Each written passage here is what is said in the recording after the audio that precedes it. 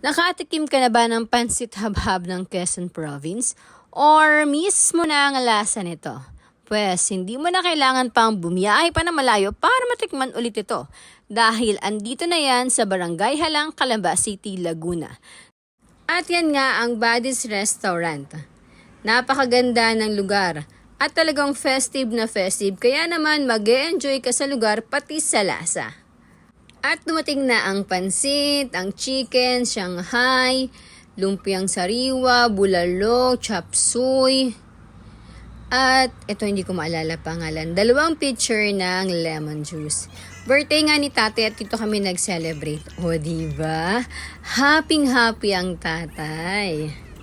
Sobrang excitement ni Marvino. Magpe-pray pa, kumuha na agad ng pagkain niya. Then, after namin mag-pray, kanya-kanyang kuha na ng pagkain. Wala nang pansinan, kanya-kanyang buhay na talaga yan.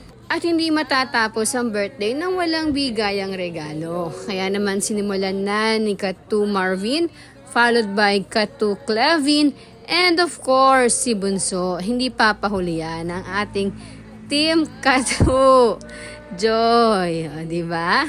Ang saya-saya ni tatay. At yun naman ang pinaka-importante. Masaya siya sa araw ng kanyang birthday. Isang katupara na naman ang natupad at may pantaya daw siya. At habang nagpapababa kami ng kinain na yan, sa sobrang sarap ng lemon juice, pati yung mismong lemon kinain na ni Karkar. O diba, napasaya niya si tatay. Hindi daw kasi maasim, pero maasim naman talaga. Tinaray niya pang hindi magmaasim, pero hindi kaya, maasim talaga. Ang cute, diba? Yan si Karkara, isa pa sa nagpapasaya sa bahay. Sa sobrang kulit.